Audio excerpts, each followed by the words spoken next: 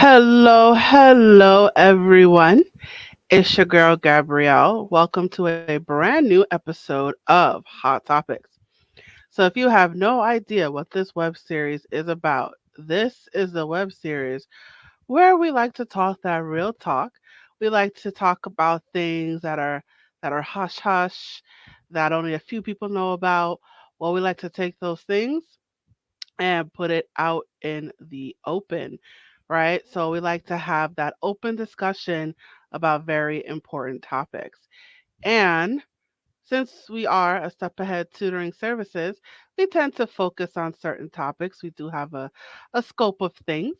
We like to focus on things in education, employment, mental health, physical health. We've had episodes about financial literacy, homeschooling, divorce. We cover a lot of grounds, and today is no different. Let me get into the topic of today. So today's topic is, how do I read an IEP? And for those of you who are like, what's an IEP? Let me tell you what that stands for. An IEP stands for Individualized Education Plan. Yes, that's what an IEP stands for. I'm going to put the topic back up again. Yes, so for those of you, this episode is for those whose children are in special ed or they have special needs. There's we'll explain all this in the episode, but for those of you with children who have special needs, or maybe you yourself uh, are in special education, or you were in special ed, or you had special needs, this episode is for you. I encourage you to watch this episode. I encourage you to ask questions. If you're watching this in real time, type your questions in the chat. Um, and I encourage you to participate in this episode. And for those of you watching this on the replay, if you have any questions, you can always put it in the thread, and we'll do our best to get back to you. So, with that said, let's get right to it. So, I have a guest with me who is going to help me with this discussion. She is a returning guest, and it is awesome to be able to bring her back. Her name is Dr. Don Menge, and I can't wait to tell you who she is. I'm just going to remind you who she is. She did a prior episode with us, but I'm just going to remind you who she is. So, who is Dr. Don Menge? Let me remind you who she is. So Dr. Don Menge has won 70 international awards as the published author of the Queen Vernita's Educational Series and Dragon's Breath, including the special recognition with Film Best Written Word from Miracle Makers Film, Hollywood Dreams Film, and International Author Boss Award from Power Conversations magazine. Her published works also include the six federal individual education plan goals and the effectiveness of their implementation in preparing for transition. Dr. Don Menge has a PhD in education. She specializes in curriculum and instruction. She also holds a master's and a clear credential in moderate and severe disabilities and a bachelor's degree in human development. Dr. Don Menge has been teaching students with severe cognitive delays for over 20 years and mentors and lectures graduate students. Dr. Don Menge is the mother of three and the grandmother of six beautiful grandchildren. That is a fruitful family tree. So I can't wait to get her on. So I'm going to bring her to the stage right now. Hi, Dr. Menge. How you doing? I'm fine. How are you? Good. Thank you for coming back to the show. All right. So today we're going to talk about how to read an IEP or an individualized education plan, and you're going to break all that down for us. So I definitely uh, don't want to keep us back any further. So I'm going to, once again, as before, I'm going to hand over the baton and I'm going to let you take the lead. All right. Well, thank you so much. And thank you for coming back and learning more about special education. I want to start out with saying that there are also 504 plans. Those are for students who are in regular education, but they need accommodations. They might need to sit closer to the board or have more time taking a test. There are different kinds of things, but those are for students who are in regular education classes. They just need a little bit of accommodation in each of their classes. So I teach students who have severe cognitive delays. They have the individual education plans. And so we're going to kind of break it down a little bit and explain it. And I'm going to show you some of the things my students work on in my classroom. So we're going to start with it. This is actually a guide for the teachers, but I'm going to show it to everyone. The 6 steps on how we write the IEPs and the IEP goals. So we're going to start with the date. And so the goals last for 1 year from the date of the IEP meeting, which we have a meeting every single year. We have to have one every year by law for each student.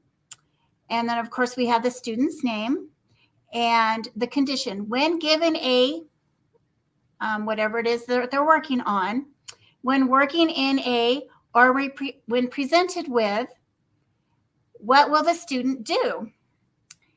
What level shall the student reach in 1 year based on the baseline in the present level?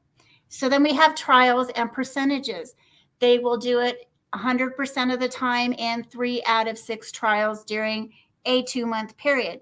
So we want to make sure that the child can do it more than just one time. They can do it over a period of time.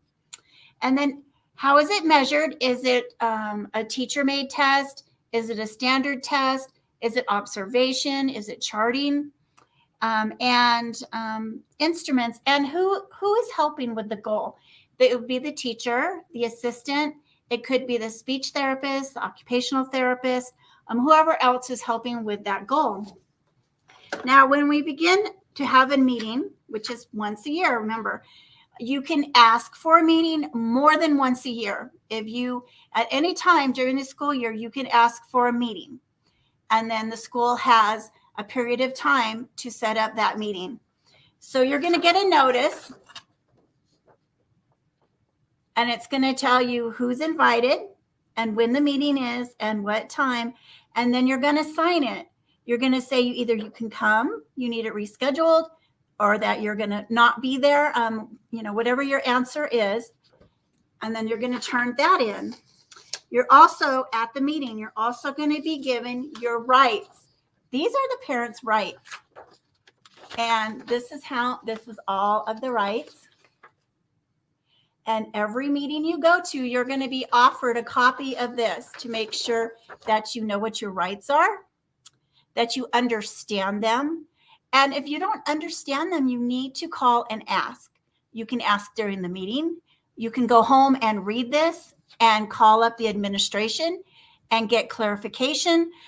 Don't ever go to or leave a meeting not feeling comfortable in what you have, the information that you have. If you're not sure about something, always ask. And always remember, you can stop a meeting anytime you want to. You can ask for it to be reconvened. You can ask to bring other people with you. That is your right. It's your meeting.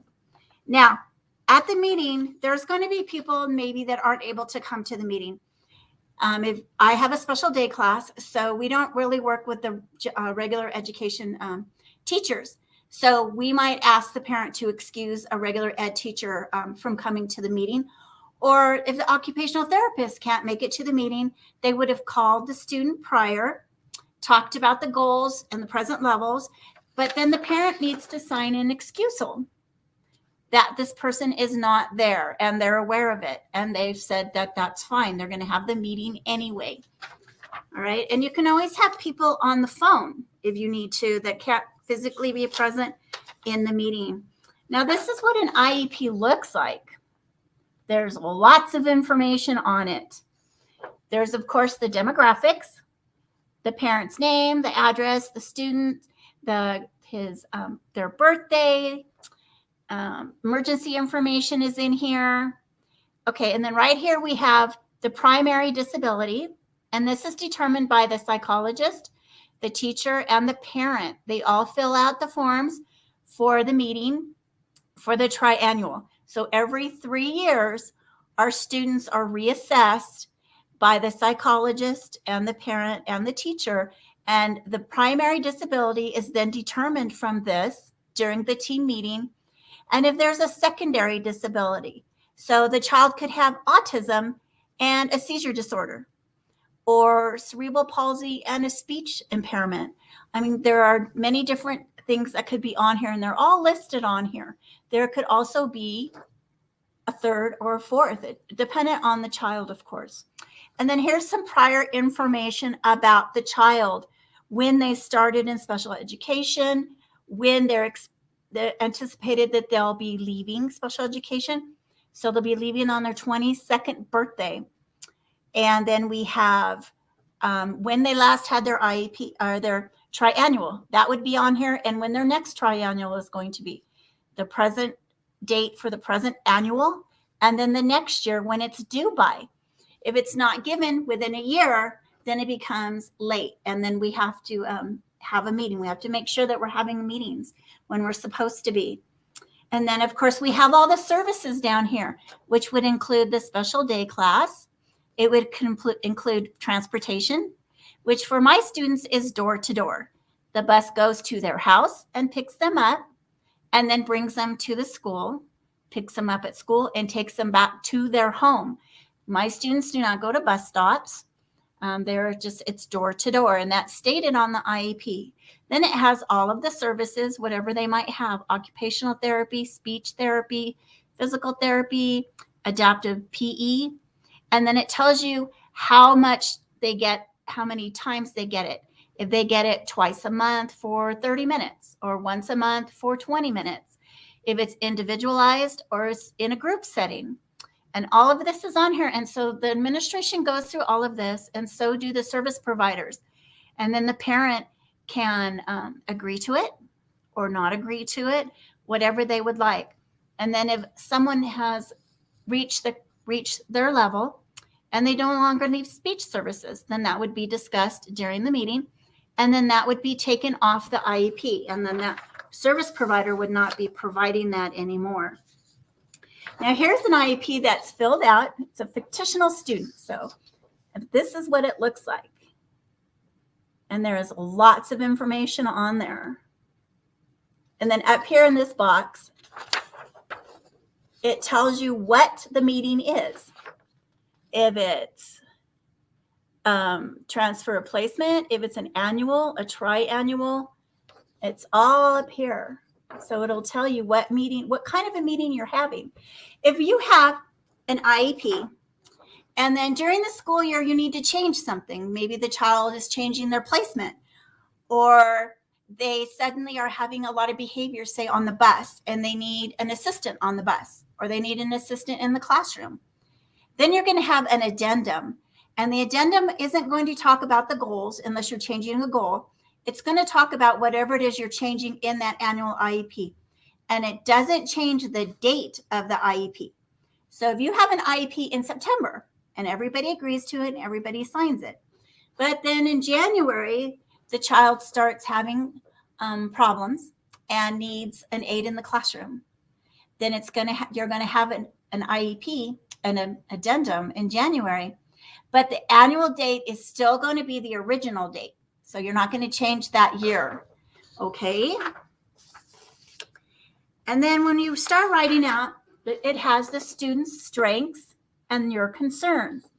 So first you're going to find out the baseline, which would be, where is the child at this time? What is their level of learning? And then you're going to write whatever concerns they are that you have. So we're going to start with reading, and we're going to say that this child can read at a second grade level. Okay. And then what are our concerns then? What do we want this child to be doing? Maybe we want this child to be reading at third grade level within the next year. So that's going to be our concern. And then we have written expression. Now, a lot of times this is where the OT, the occupational therapist, is addressing fine motor skills with the writing or typing, just fine motor, putting things together. Math, of course, would encompass whatever the child is doing in math for them. It could be adding single digits, it could be multiplying, it could be identifying coins or adding them. Whatever it is you're working on with that child, and that would depend on the grade level, of course, of the child. The younger children are still working on identifying numbers and one-to-one correspondence. And then as you get higher, we'll start working on money skills, adding money, budgeting, all sorts of things. Bus passes. My students have to count out their bus passes and find out what $2.50 is. We have communication. Now, this is also where the speech therapist might have some of their strengths and concerns and their goals. And then we have fine gross motor skills. This again could be OT, it could be adaptive physical education, or it could be the teacher talking about what they're doing in the classroom. They could be out on the playground. They could have a physical program at school where they're walking a lot or they're running, and it would talk about this.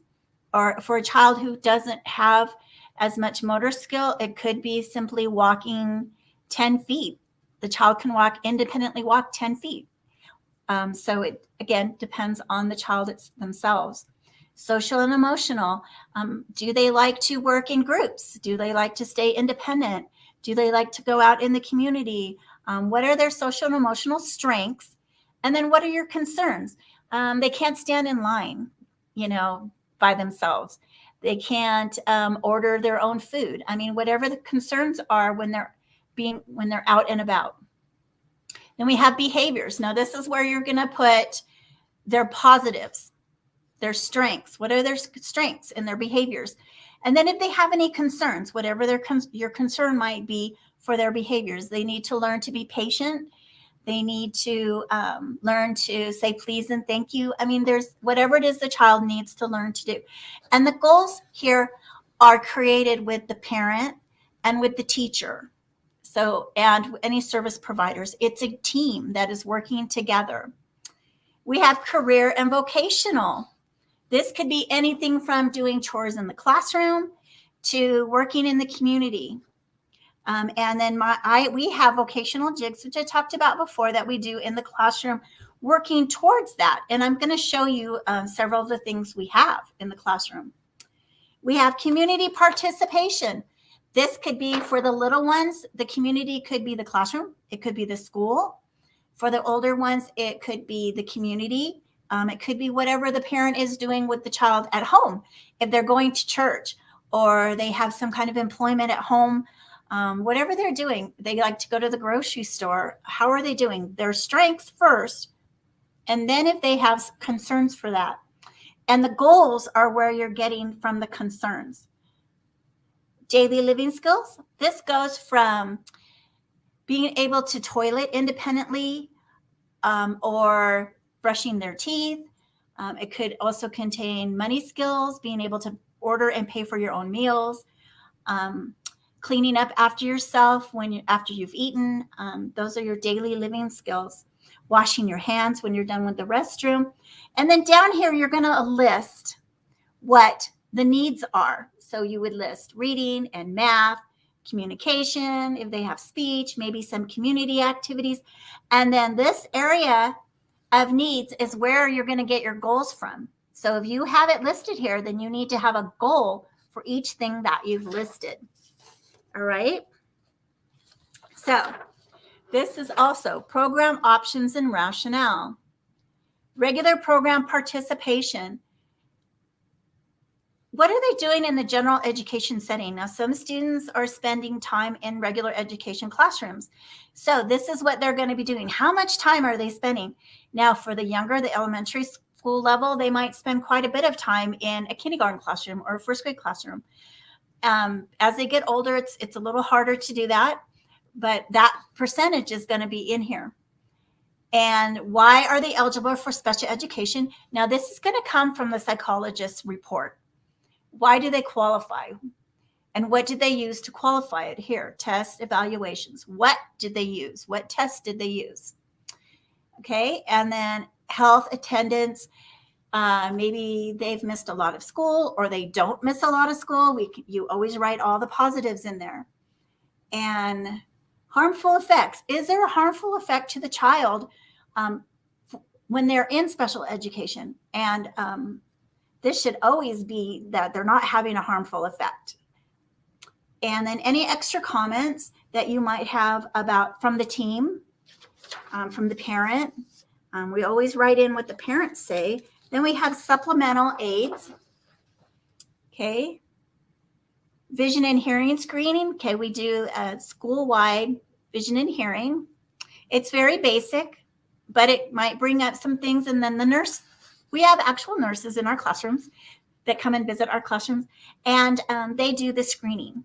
So they'll talk to the parent. They come to the IEPs, and they'll talk to the parent about their health the last time they came to the doctor. What did the doctor say? They'll ask who your doctors are. They'll write all that down. You have to sign paperwork. Well, you don't have to sign it if you don't want to, but you can sign a paper that says that our nurses can contact your doctor and get the information that they need for your child to be in the classroom. Like, say, if they need to take medication, or they need feeding tubes, whatever special medical needs they have in the classroom, the nurse gets that information from the doctor, directly from the doctor, and then gives it to the teachers. And the teachers all have care plans. They're called care plans. Has all of the information, all of the emergency information, consent to treat. And we all have them on clipboards on our walls. So if anything happens, we have them there. We have all of the information. And if we have to call the ambulance or something, we have that information right there, and we can hand it to them right there. So any child who has a special medical need, we have all of that information readily available. The student learning strengths and weaknesses and preferences. Parent priorities. What does the parent want? What does the parent see for that child? It could be something at home. It could be independence in their math. It could be all sorts of things.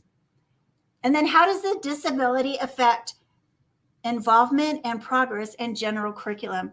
So you need to write the accommodations that you're giving, a small group environment,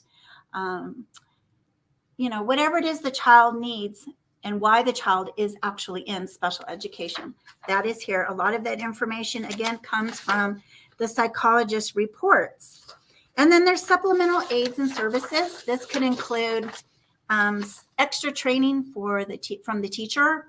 For the teacher, it could include first aid. It could include special training to provide a medical need for the child, whatever extra things you do for that child. Now we have the goals. And I kind of touched on that last week. So this would be the academic goals. And they look like this. And this is what we talked about at the very beginning, that yellow paper. So we're going to talk about, this is the present level. What is the child doing at the moment? What is their reading level? What are they reading? Sight words level, reading grade 2. They're reading functional words maybe, which would be community words, the stop sign, stop, exit, things like that. Or it could be restaurant words, food. They have shopping words, so you can learn to read when you go into the grocery store. And then we put that all right here and what their present goal is going to be. Remember, they have a year to accomplish the goal. And then as measured by, so how are we measuring it? Testing. Are we doing charting, observations? And then who is responsible for teaching this? The teacher, the assistant, maybe some therapists, but whatever the goal. This is where the speech therapists put their goals, the occupational therapist, the APE teacher puts their goals in here. All right, so these are for the academic goals. Now, like we talked about last time, children, when they start to reach the age of 15, they start having transitional goals, which is my specialty. This is what my dissertation was written on. It's something that I really enjoy teaching my students, is community skills, workability, work experience. So this is what the transition goals look like. There's 4. These are federally mandated. So this is, You can look up, and I will post the link for that under the Federal Education Department, and they will show you all of this. So again, just like the academic goals, you have present levels. What are they doing? This one you can pick. It's either a training goal or an education goal. And this one says, okay, this is a very high person, but I will read it. So their present level is, Colette is planning to attend a 4-year college or university after graduating from high school. She is thinking about Chapman University or other private or small college universities. She would like to study either business or public relations in order to pursue a career where she can work for an organization while running her own business. So she's very high, and she has very high aspirations, which is wonderful. Okay, so they picked that this would be an education goal because the child wants to go to college. So we have here Colette. After graduation or completion of high school, Colette will attend Chapman University or other 4-year college or university. I plan to study because business or public relations in order to pursue a career owning a business, possibly a restaurant or a business that involves fashion. All right, so that's what she wants. That's her overall goal.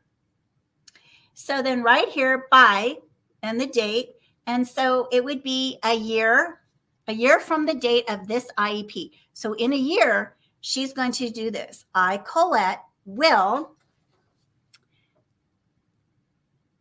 meet with the college advisory to discuss small or private 4-year college universities that have programs of study for business or public relations. Then add these schools to my list of potential colleges in family connection. So she's going to begin researching the colleges and where she can go and who's going to be able to teach her what she wants to learn.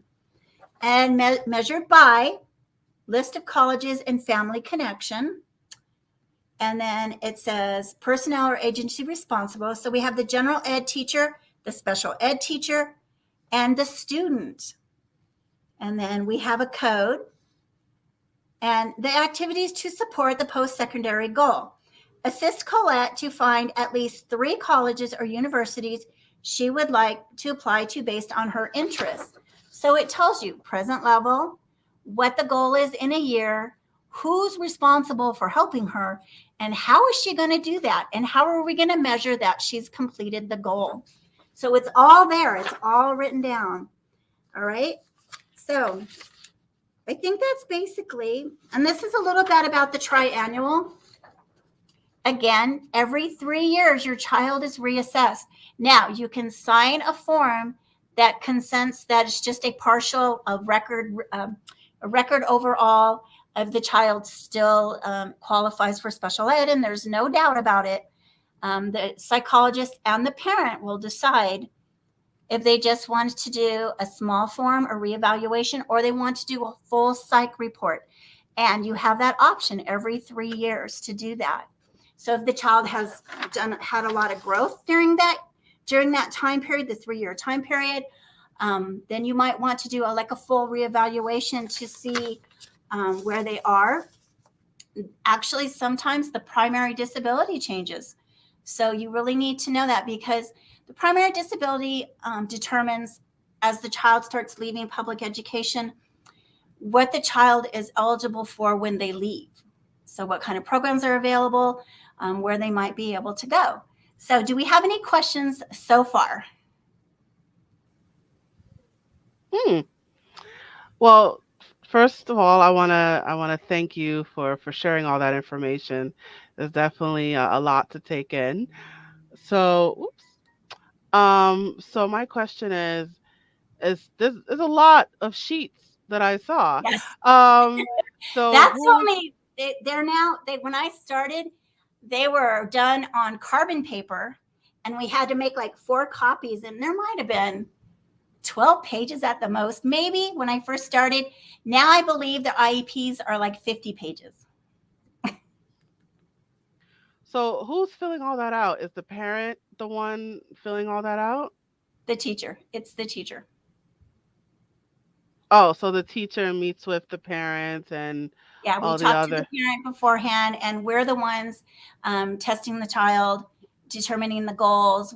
I talk to my parents before a meeting and find out, what it is they want to work on, what's going on at home, tell them what's going on in the classroom, what they want to work on, and we decide before the meeting, a consensus of what I'm going to write the goals about. And the goals are a draft before the meeting. They're just out there, and you're kind of working together, got some ideas. And then during the meeting, we talk about the goals and what we would like to do and the present levels.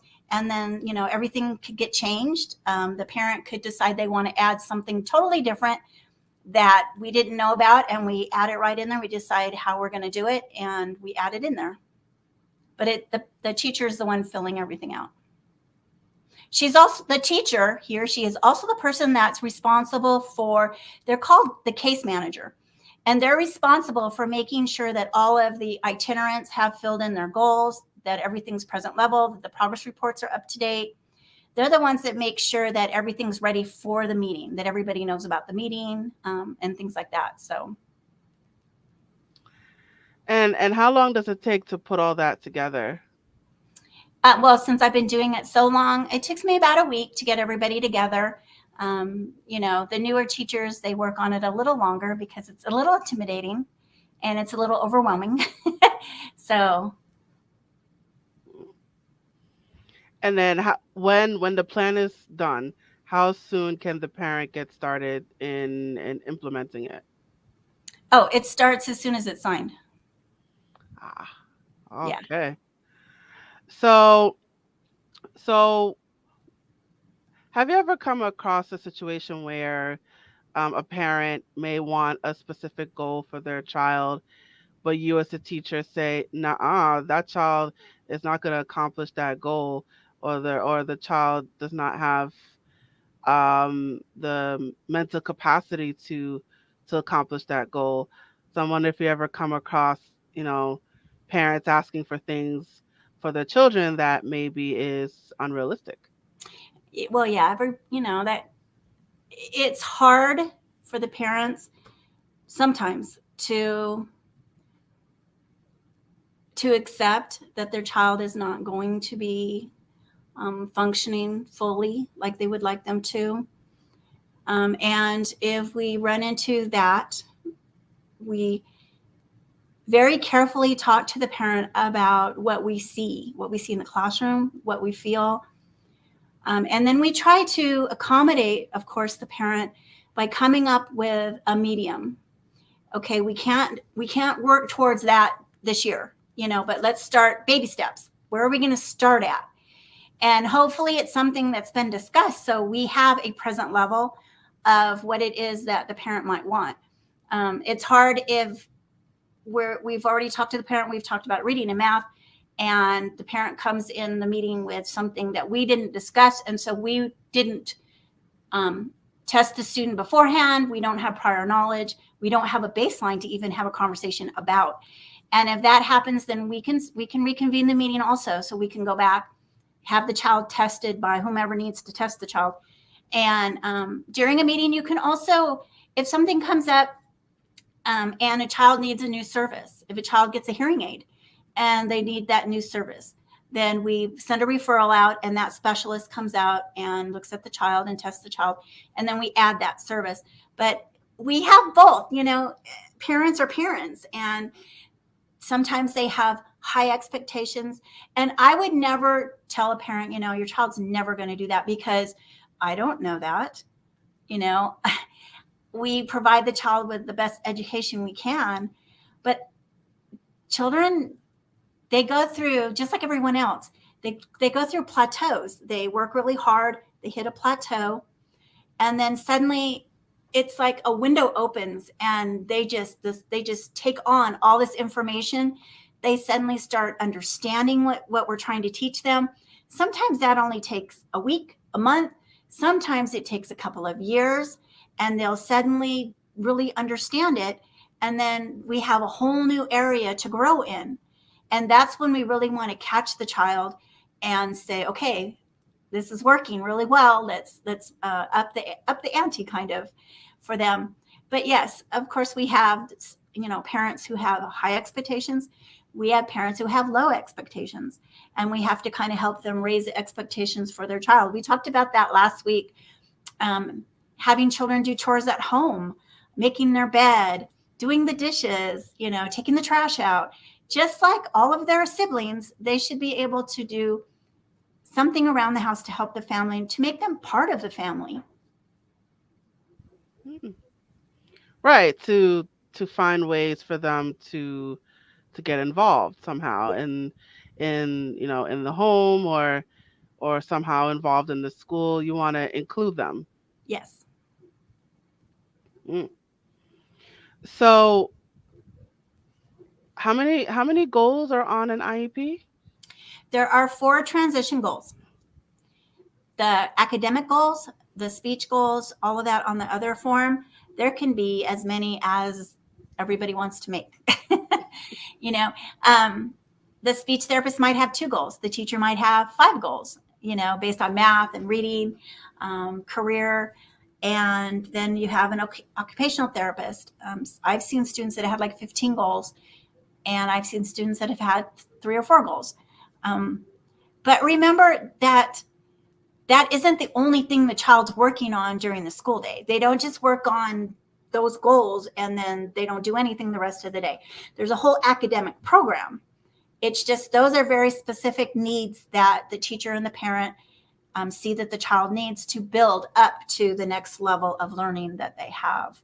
You know, this week we're learning about California. Today we were reading about Joshua Tree, the Joshua Tree National Park. It was Devil's Post Pile the other day. Monday, I had an international cartoonist come in. I met him at a book signing. I'm a children's author. And he came in and painted a mural with my class and 2 other classes. And so those things are not in the IEPs, but they're extra things that we do. We're setting up trips to go bowling and miniature golfing. And we're going to go to the fish hatchery. We're going to go to the trampoline place. We go to the movies. We do a lot of other things. My students go to work twice a week. Those don't necessarily have goals, but they are part of the learning process and their program. So I'm wondering, does the child have any input in an IEP? Yes, the child is invited to the meetings. And again, we talked about last time about the child turning 18 and they become an adult. Their cognitive level by law isn't considered unless they have conservatorship over that child. So the children are making their educational decisions, and they're invited to the meeting. And some of my students come and they put input and they talk about what they're doing in school. Some of my lower students, of course, don't come to the meetings. They're hard for them because there could be 15 people sitting there.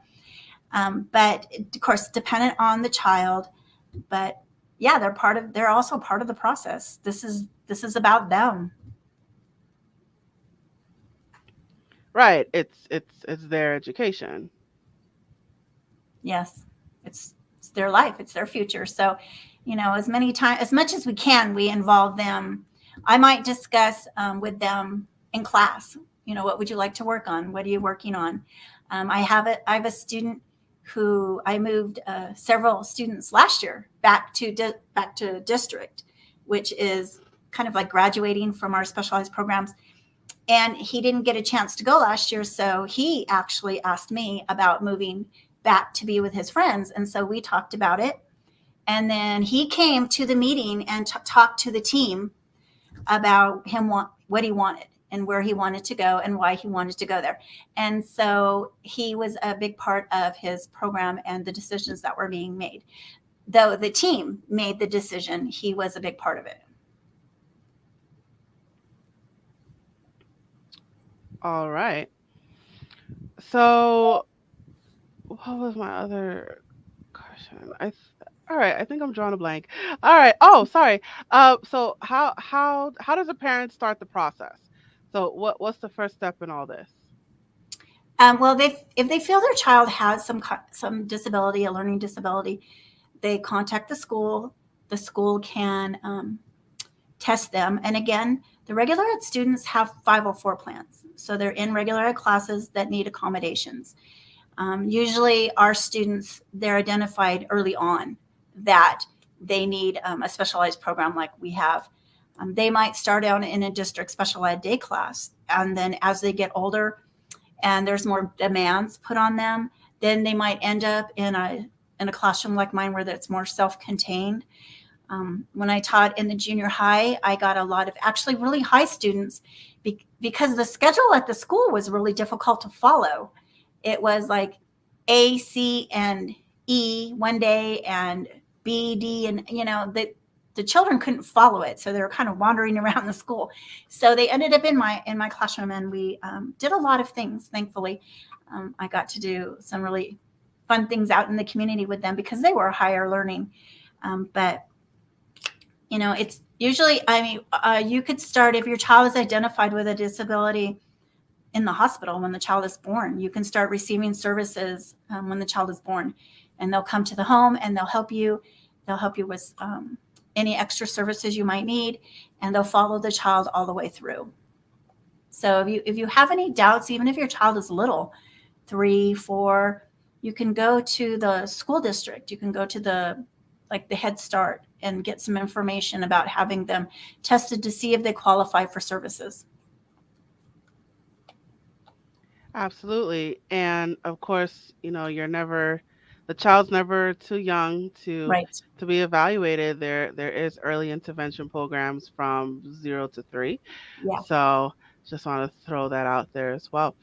All right, so Dr. Menge, we're winding down now. This is Well, I our, brought a lot of things to show about what we do in the classroom. oh wait, yes, go ahead. Okay. Now these are vocational jigs. These are actually something we made, and they go from 1 step to the 7 steps. And I'll just show you real fast the different kinds of things that we're working on. This goes under the vocational, the career management goals. And we start this, I have students 12 to 22. So they're starting at 12 to start put these together. They work on them independently. They come into my classroom. I have several bookcases filled with these jigs, and they go pick their own. And that's the first thing they do in the morning to get kind of going in the morning before we have breakfast. So this, of course, they're just putting in, and they're putting the lid on top. Okay. And some children need to build their dexterity in their fingers. So that's what they do. This one is several steps. It has a smaller one. Okay. You put this in here. Then you put the top on here. Then there's a bigger one. You put it inside, and then you put a top on that. And then it goes inside this container. All right. And this is to work. You could work in a factory, assembling things, and this is what it's teaching them, and then they can get paid. We also have a sprinkler. This has 3 parts. They put these together. See, they put them together like this. They screw them on, and then they screw this end. Whoops, wrong side. They screw this end in. All right. And then we have these. They're screwing them on both sides. And we have this. Well, this one has a lot of parts. So it has the top, and it has these parts, and it goes inside this part. See, like this. And then this goes on here, and you assemble it like that. Then we have some of them that are a little bit easier. See, we just open this up, and then we put these on here.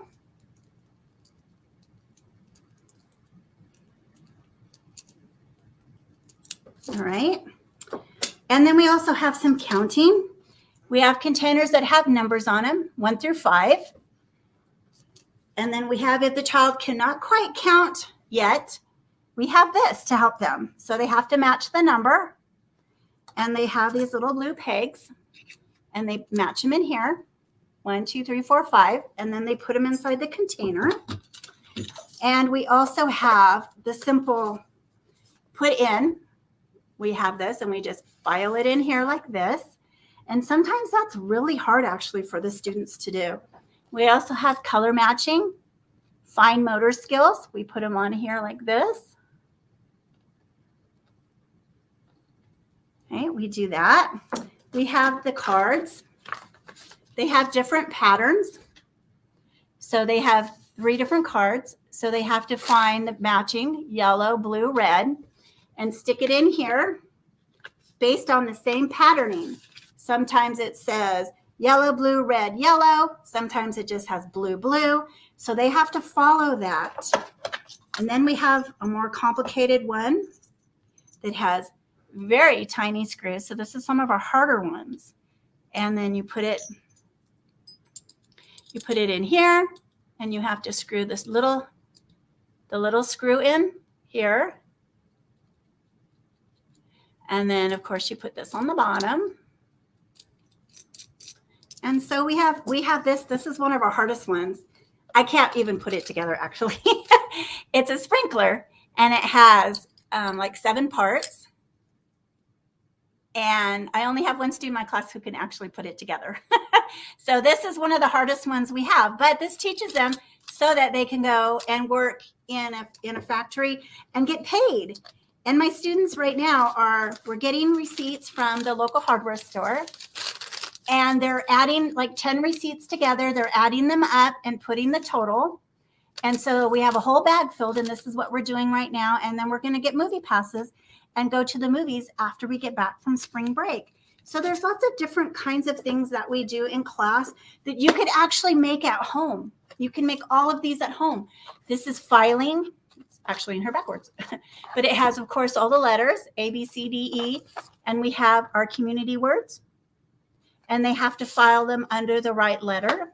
So you can make this stuff at home, and your child can practice at home.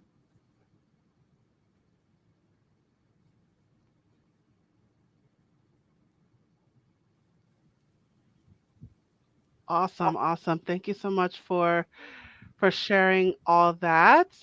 All right. So you got where's your banner? I see. Oh, your banner's there it is. Okay. All right. So you guys, you can learn more about Dr. Menge's services. Her website is scrolling below, right? Or you could also follow her on social media. She is on Instagram, Facebook, and Twitter. So definitely check her out on social media. You could definitely learn, about her consulting services. If you have questions about what to put on an IEP, how to read it, you could reach out to her, and she can advise you on what to do. So definitely check her out. All of her contact information is scrolling at the bottom of the screen. And for those of you watching this on Facebook, the information will also be provided in the description. And you have a whole thing of books. I know that all of that information as well is on her website, so you can learn more about her book collection. So definitely, I encourage you to go to her website, buy her books, follow her on social media, contact her if you have any questions about IEPs, how they work, how to read it, how to break it down, what to put down. If you're facing any challenges or pushbacks from teachers or principals, whatever, definitely reach out to Dr. Menge, and she will help you out with that. And also her consulting services. Definitely reach out to her. Is there anything else you want to bring up about your business, Dr. Menge? No, we'll be back next week, and I'll talk a little bit. I did want to share some of the fun stuff. So some of my students, this is the educational impact thing that our district did. Well, San Bernardino County Schools, they did it. And one of my students was at the bottom having fun at the park. And there are all sorts of different things that we get to do. We have a prom, which we're about to have on April 7th. And one year, our students were actually on the front page of the local newspaper having the prom, the special ed prom.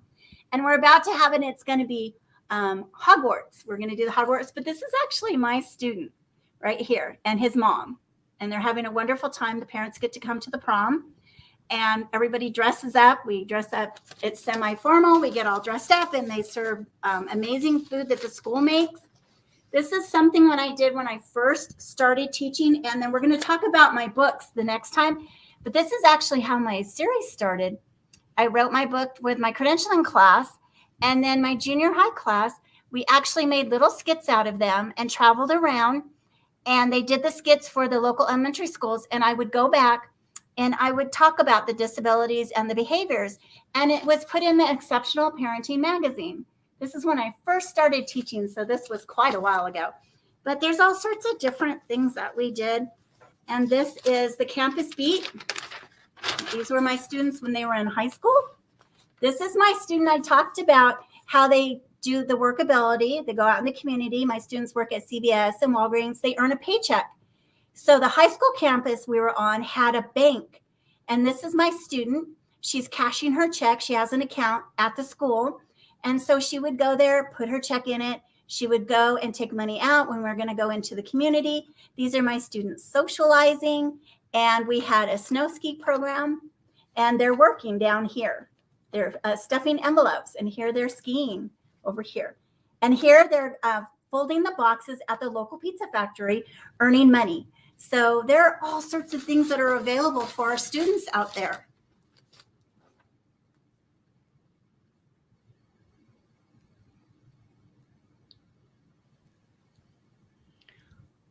Oh, yes. Thank you so much for sharing. That's definitely amazing to see. And of course, parents, don't be discouraged. There's Right. lots of resources for your child, and we encourage you to take advantage of them. Yes. All right, Dr. Menge, thank you so much for coming back today. And, we'll definitely continue in the next episode. All right, so I'm going to place you backstage now. And I'm going to put up my banner. All right, you guys. All right, we have reached the conclusion of our episode. Thank you so much for joining us today. Wherever you are watching this episode right now, whatever platform, if it's Twitter, Facebook, YouTube, maybe Instagram, wherever you are watching this platform, I encourage you to check out our social media for more videos and clips, and don't forget to follow us. So whatever that button is, like, follow, subscribe, whatever it is, press the button. Definitely follow us. And while you're at it, let us know what you thought about this episode by leaving a comment in the comment section below or in the comment thread. I would love to hear your feedback about this episode. And as a reminder, this web series is a production of A Step Ahead Tutoring Services. So if you would like to learn more about our company, what we're about, what we have to offer, our services, our workshops, if you're looking for tutoring for your child or even for yourself, definitely contact us. Our website is scrolling below, but I will just say it here. It is www.astepaheadtutoringservices.com. And you can also contact us on social media. All of our social media is scrolling below on the screen. And furthermore, I encourage you to sign up for our email list and texting list. You can learn about our promotions, our discounts, and our special events before anybody else. So I encourage you to sign up for the email list and texting list. Those links are scrolling below on your screen, and they will also be in the description for those of you watching this on YouTube. And I'm going to share this last message before we close for the day. Hey there, have you heard of us? We're a small team of tutors here at A Step Ahead Tutoring Services. We believe that education and information should be accessible to everyone, regardless of income, race, or creed. We're dedicated to making this happen, but we need your help. Please consider making a donation to our company. No amount is too small. Your donation will allow us tutors to remain employed, offer free and low-cost services, put on productions like this web series, and reach out to families nationwide. With your help, we can tackle the academic challenges of our students and the emotional, mental, and behavioral changes that result from these challenges. As a bonus, we can improve our communities in the process. Support us today. Note: we're a for-profit company. We're not a charity. Your donation may not be tax deductible. Please consult a tax professional.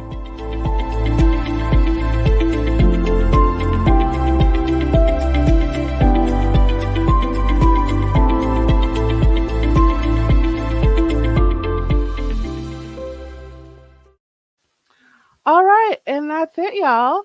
All right, so we will see you at the next episode. Thank you for joining us again. And now I'm signing off.